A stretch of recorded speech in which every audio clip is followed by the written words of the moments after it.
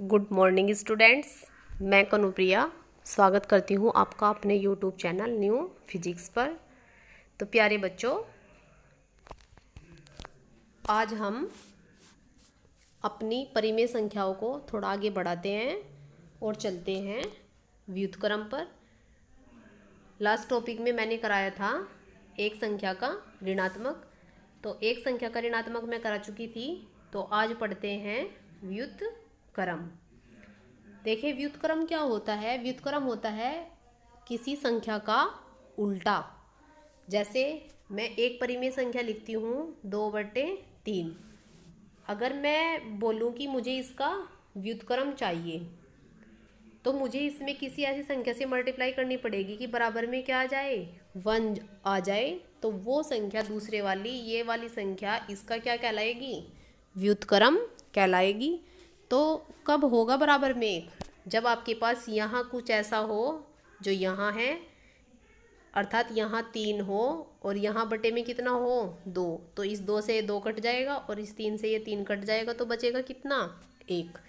तो इसका मतलब है कि आपके पास क्या होगा, वो आ जाएगा एक दूसरी संख्या का व्युत्क्रम। तो देखते हैं, ये लिखा हुआ है। सबसे पहले लिखेंगे व्युत्क्रम। एक परिमेय संख्या, कोई एक परिमेय संख्या ले ली है c/d। दूसरी परिमेय संख्या शून्येतर संख्या ab का व्युत्क्रम, अथवा इसे बोला जाता है गुणात्मक प्रतिलोम। मतलब गुणा में हो और प्रतिलोम का मतलब उल्टा हो, गुणात्मक प्रतिलोम कहलाती है। कब कहलाएगी, यदि इन दोनों की मल्टीप्लाई आपस में बराबर क्या दे, 1 दे। तो अगर इस प्रकार की कोई कंडीशन है कि दोनों संख्याओं की मल्टीप्लाई आपको 1 देती है, तो वो एक दूसरे की क्या होगी, व्युत्क्रम कहलाएगी। नेक्स्ट चलते हैं, योग तथा व्यवकलन पर गुणन का वितरण। कि गुणा जो होगी योग पर और व्यवकलन पर किस तरीके से वितरित होगी। तो सभी परिमेय संख्या, जितनी भी परिमेय संख्या आपके पास होगी a, b तथा c के लिए, मान लीजिए आपको ऐसे दे दिया है a गुना, ये गुना का चिन्ह यहाँ लगा भी सकता है और इसको ऐसे भी रख सकता है, तो भी आप क्या मानोगे। अगर यहाँ ब्रैकेट लगा दिया, लिख दिया b + c, अभी भी ये यहाँ गुणा का चिन्ह है, और अगर मैं इसे यहाँ से हटा दूँ तो भी क्या है, यहाँ गुणा का चिन्ह है। तो बराबर में क्या होगा, आप इस a की गुणा सबसे पहले b के साथ करोगे तो आएगा ab, फिर ये चिन्ह आएगा प्लस, और फिर इस ये a की गुणा होगी c के साथ, अर्थात ac। तो इसका मतलब है इस a को वितरित किया गया है b और c से। नेक्स्ट वही हो जाएगा व्यवकलन में। जैसे a गुणा कर दूँ मैं यहाँ और ले लूँ b - c, तो आपके पास आएगा सबसे पहले इसकी गुना यहाँ होगी ab, माइनस का चिन्ह होगा, और फिर इसी की गुना होगी c के साथ ac। तो ये आपका कहलाता है वितरण नियम। अगर आपके पास कुछ ऐसा है तो आप दोनों से क्या कॉमन ले सकते हो, a को भी कॉमन ले सकते हो, और फिर गुणा में आप दिखा दोगे कि b - c। फिर आपको देना पड़ेगा कि ये कौन सा नियम है, ये नियम कहलाता है वितरण नियम। तो आज हम बात करते हैं अपनी प्रश्नावली 1.1 में एक क्वेश्चन के ऊपर चर्चा करते हैं। प्रश्नावली नंबर 1.1। प्रश्न नंबर 1 में लिखा हुआ है, उचित गुणधर्मों, जितने गुणधर्म आपने पढ़े हैं, वो चाहे क्रमवी नियम हो, वो चाहे सहचार्य नियम हो, वो चाहे व्यवकलन हो, व्यवकलन पर प्रतिक्रियाएं हो कोई सी भी, वो चाहे गुणन हो, चाहे योग हो, कुछ भी हो, या फिर व्युत्क्रम हो आपके पास, या एक की भूमिका हो या फिर शून्य की भूमिका हो, उन सभी किसी न किसी का प्रयोग कीजिए और उसके उपयोग से निम्नलिखित का मान ज्ञात कीजिए। तो आपको दिया हुआ है क्वेश्चन में, लिखा हुआ है क्वेश्चन में -2/3 गुना 3/5 प्लस 5/2 माइनस 3/5 गुना 1/6। तो सबसे पहले आप क्या कीजिए, आपको दिख रहा है ये वाली संख्या और ये वाली संख्या, इन दोनों संख्याओं में ये 3/5 क्या है, 3/5 एक जैसा नज़र आ रहा है। तो आप क्या कीजिए, इस टोटल संख्या को एडजस्ट कीजिए इधर की साइड और इस 5/2 को ले जाइए इधर। चिन्ह नहीं बदलना है क्योंकि हमारे पास यहाँ बराबर का कोई ऑप्शन नहीं है, बस आपको क्रम बदलना है, संख्याओं का नियम लगाना है, क्रम विनिमयता। तो आपने क्या किया, आपने कर दिया है ये पहली वाली संख्या को एज इट इज़ रखा जैसा ऐसे के ऐसे ही, और बस इस पूरी संख्या को, चूँकि ये मल्टीप्लाई है, क्योंकि आप लिख सकते हो क्रम विनिमयता में बदल के लिख सकते हो। मैंने पहले बताया था a गुणा b बराबर b गुणा a, तो आप क्रम बदल सकते हो। तो इस टोटल को मैंने क्या किया, इस टोटल को उठा के ले आई हूँ दूसरे वाले पोजीशन पर, इस पूरे को इधर लिख लिया है और इसको लिख लिया है इधर। तो ये +5/2 चला गया इधर।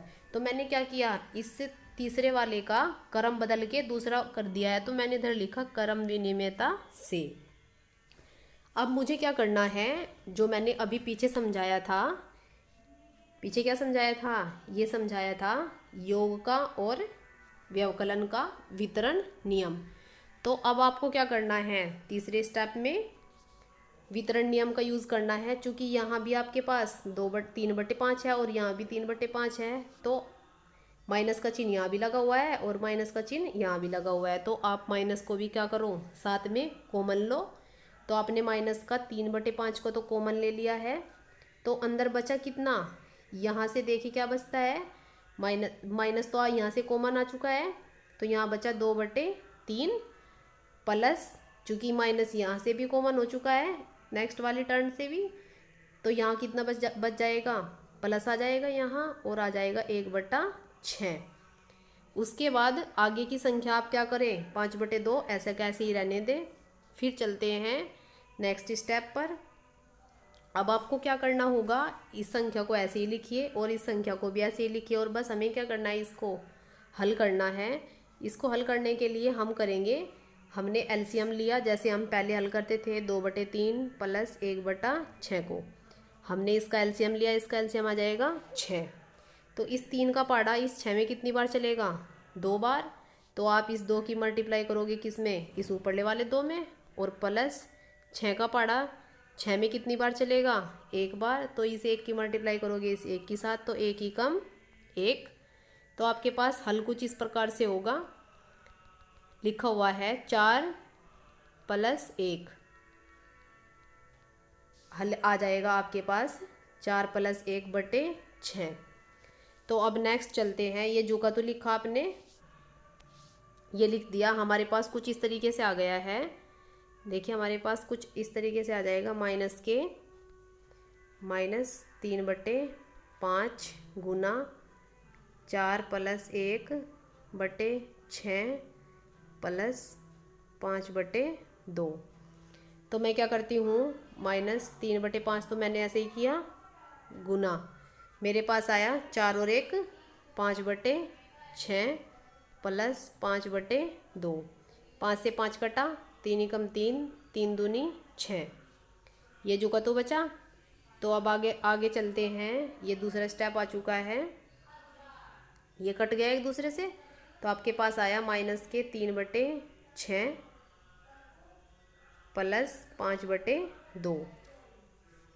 अब आपको इसे भी कैसे हल करना होगा, इसे भी बिल्कुल ऐसे ही हल करना होगा। जो एलसीएम लेने के बाद एलसीएम कितना आएगा, 6।